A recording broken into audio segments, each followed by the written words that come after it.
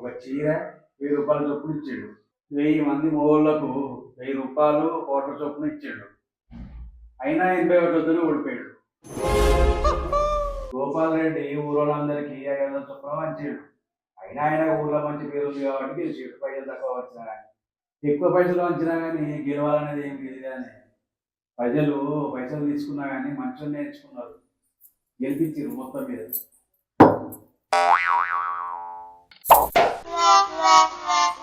ఏ పని పడలేదు, పొద్దున్నాకి ఇయ్యే ఫోన్లు. వానికి పైసలు ముట్టలేదు, వీనికి మందు ముట్టలేదు, దానికి చీర రాలేదు. ఇదే లొల్లి, ఓడిసేది లేదు, కట్టేది లేదు. పొద్దున్నాకి ఇదే బట్టి బాస్ ముచ్చట్టు. పుష్ప, ఒక గంటలో వస్తా, ఫంక్షన్ రెడీగా ఉండు. జల్దిరా, గాలి ముచ్చట్లు పెట్టుకుంటే అటే ఉండకు. గాలి ముచ్చట్లు పెట్టడానికి కాదే నేను బయటకు పోయేది, అర్థమైందా? జల్దే వస్తా. అర్థమైంది.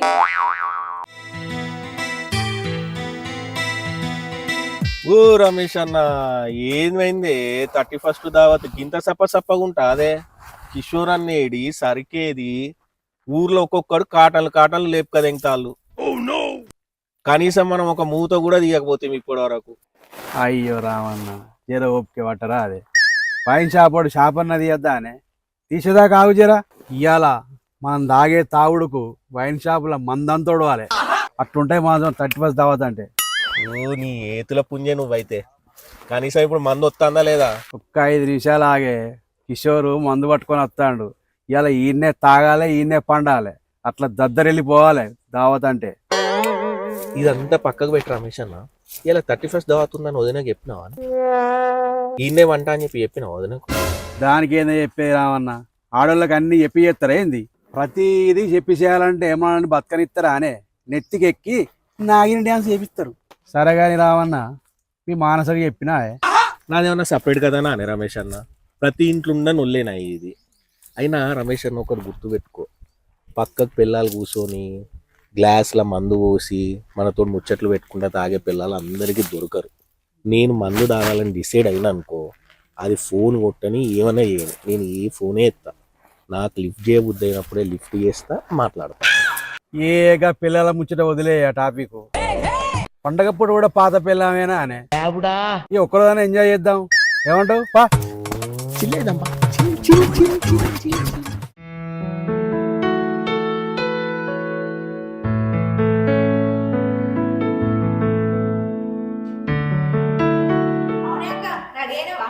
ఈ బయట కూర్చొని ఏం చేస్తున్నావు? బావ లేడా ఇట్లా కనిపిస్తలేడు? బావింట్లో లేడే, గంటలు వస్తా రెడీ అయి ఉండు అని పొద్దుననగా వేండు, ఇంకా రాలేదు. సరే గాని మీ ఆయనడే ఇంకా రాలేదు. అసలు వీళ్ళిద్దరికి ఫంక్షన్ పోయే ఉద్దేశం ఉందా లేదా? ఏమో అక్క, నాకు కూడా అదే డౌట్ వస్తుంది. నేను ఎన్నిసార్లు ఫోన్ చేసినా లిఫ్ట్ చేయట్లేదు. ఆయనకు మూడు ఉన్నప్పుడు మాత్రమే నా ఫోన్ లిఫ్ట్ చేసి మాట్లాడతారు. వాళ్ళంతేనే, మన అవసరం లేకుంటే ఫోనే ఎత్తారు. ఇంట్లున్నంత వరకే మన మొగుళ్ళు. బయట పడ్డారంటే మన మనుషులే కాదు, పిల్లల దగ్గర నుంచి ఫోన్ వస్తుందంటే కసురుకుంటూనే ఉంటారు. మరి ఏం అవసరం ఉందో లిఫ్ట్ చేసి మాట్లాడదామనే సోయే ఉండదు వీళ్ళకు.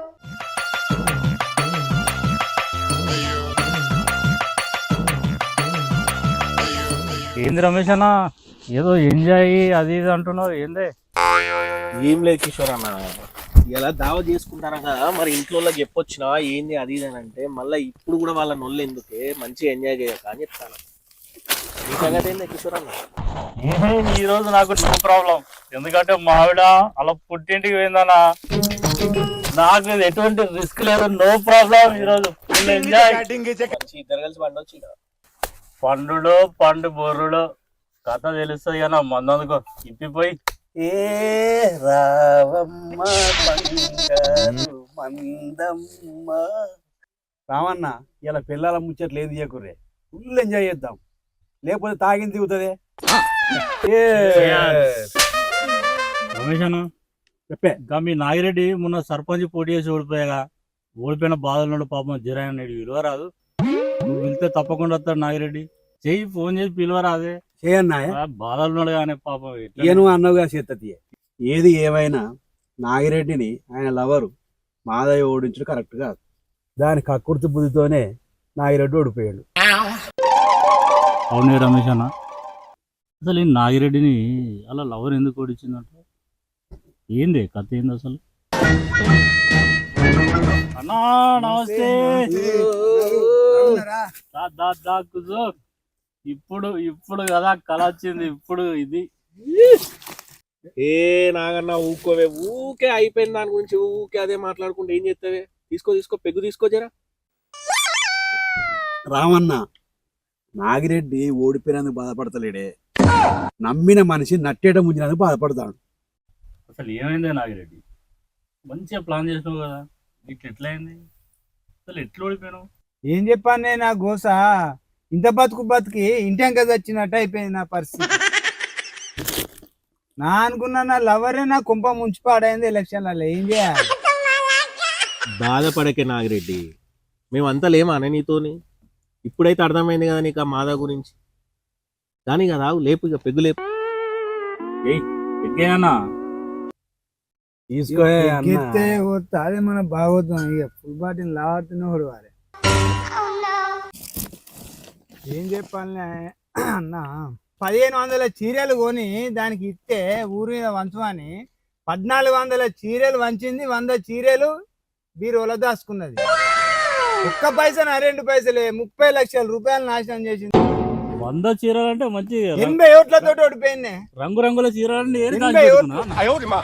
ఇరవై ఆ 100 చీరలు 41 పంచితే కోట్లు 80 వస్తే ఓట్లు పక్కా పడతాయి. గెలిచేదేనే.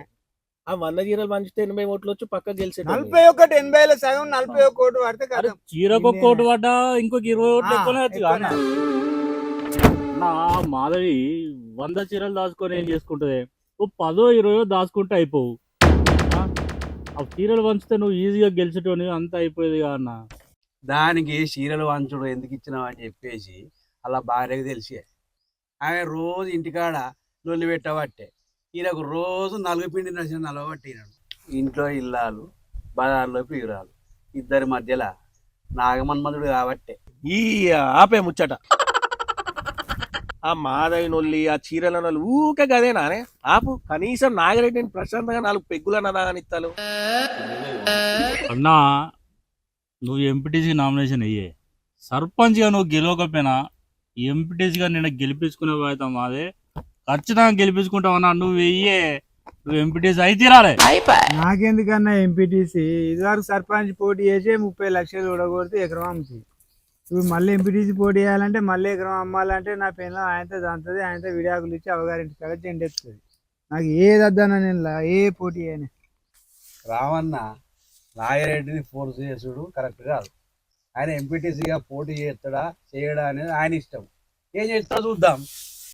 ఏమంటే రమేష్ అన్న, ఒకవేళ నాగన్న గనుక ఇంట్రెస్ట్ ఉండి ఎంపీటీసీగా పోటీ చేస్తా అంటే మనం సపోర్ట్ చేద్దాం. ఆయన భూమి అమ్మకుండా ఏం చేయకుండా ఫైనాన్షియల్గా మనం సపోర్ట్ చేసి ఆయన గెలిపించుకుందాం. సరే రామన్న, ఎంపీటీసీగా మనోడు పోటీ చేసే ఖర్చు అంతా మనమే పెట్టుకుందాం. ఏదైనా మనమే భరిద్దాం. కానీ మనోనికి ఎంపీటీసీగా పోటీ చేస్తే ఇంట్రెస్ట్ ఉందా లేదా అనేది మనం కనుక్కోవాలి ఫస్ట్. ఏమంటావు నాగిరెడ్డి అన్న? అన్న, ఈ ముగ్గురికి ఒకటే చెప్తున్నా, నా కోరిక సర్పంచ్ కావాలని కోరిక. సర్పంచ్ కాలేదు. ఈ ఎంపీటీసీ నాకు వద్దు. ఈ ఎంపీటీసీ ఎలక్షన్లు వద్దు, ఏదద్దు. నా ఉన్న కోరిక చచ్చిపోయినట్టే అయింది. ఏం చేయాలి? నా ఈ ఎలక్షన్లు వద్దు, ఎంపీటీసీ ఎలక్షన్లు వద్దు, ఏమద్దు, ఎలక్షన్లకు వద్దు అంటాం.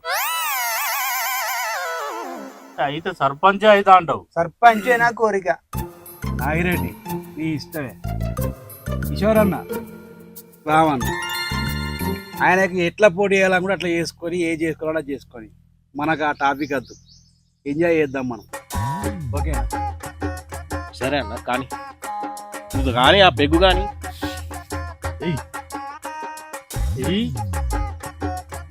మందు లేదా? సరే రమేష్ అన్న. నాగన్న, అన్ని బాధలు మర్చిపోయి ప్రశాంతంగా మందు తాగు. కొత్త సంవత్సరం హ్యాపీగా ఉండు, అంత మంచిగా జరుగుతుంది. ఏమంటారు?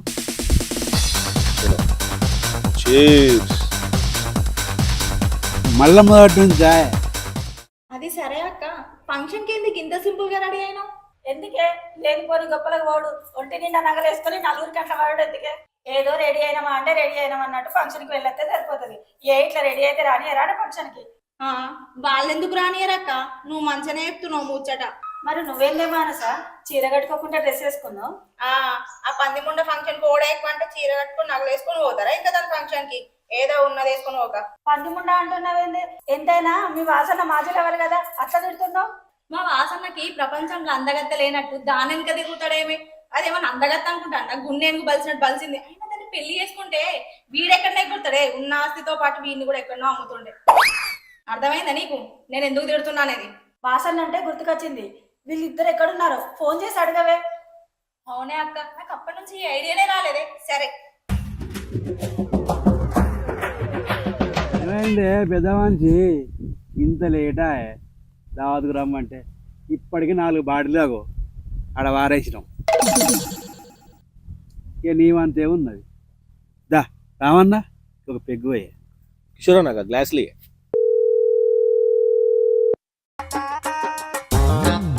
ఏంది ఇంట్లో ఎప్పుడు రాలేదా? పిల్లలు ఫోన్ చేస్తారు. ఓ ఎత్తు వాళ్ళని మాట నమ్ముతారు, నువ్వు ఏదో ఒకటి చెప్పు. వాళ్ళు ఇప్పుడు ఎక్కడ వస్తారే? పొద్దున 10 గంటల నుంచి మామిడి తోటలో దావత్ నడుస్తుంది. ఇప్పటికి 4 బాటిల్ తాగిర్రు. వాళ్ళు ఇంటికి వచ్చే పొజిషన్ లో లేరు. మీరే ఆటో తీసుకుని ఫంక్షన్ కోరి, సరేనా? వాళ్ళు రారక్క, 31st దావత్ లో ఉన్నారట. ఓ సివిలను పొందబెట్ట, మనకన్నా చెప్పలేదండి, మనమన్నా పోయేద్దాం ఫంక్షన్. సరే అక్క పా మరి మనమన్నది.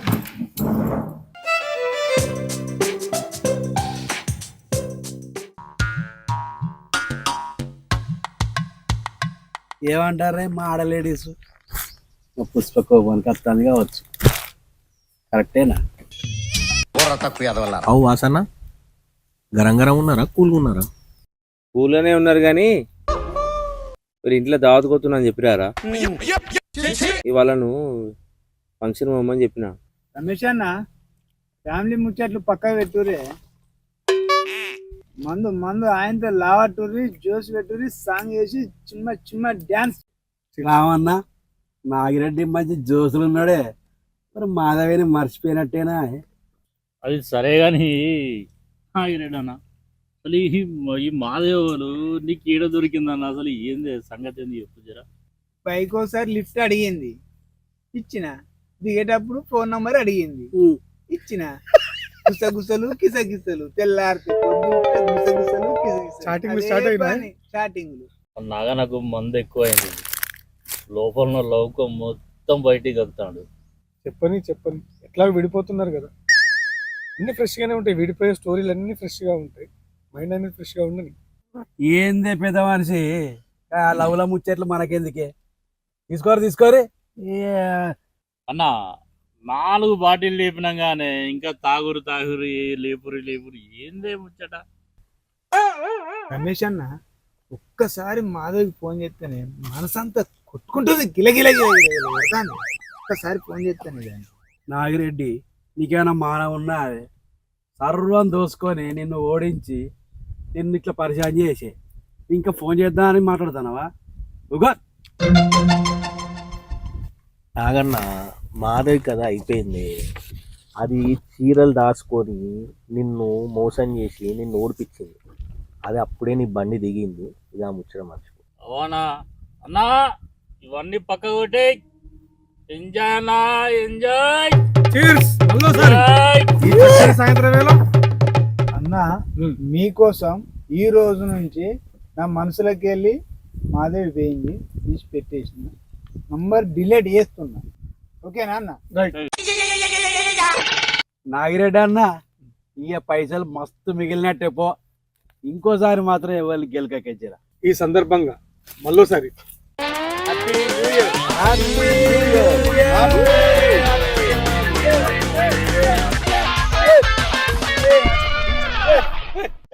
మళ్ళోసారి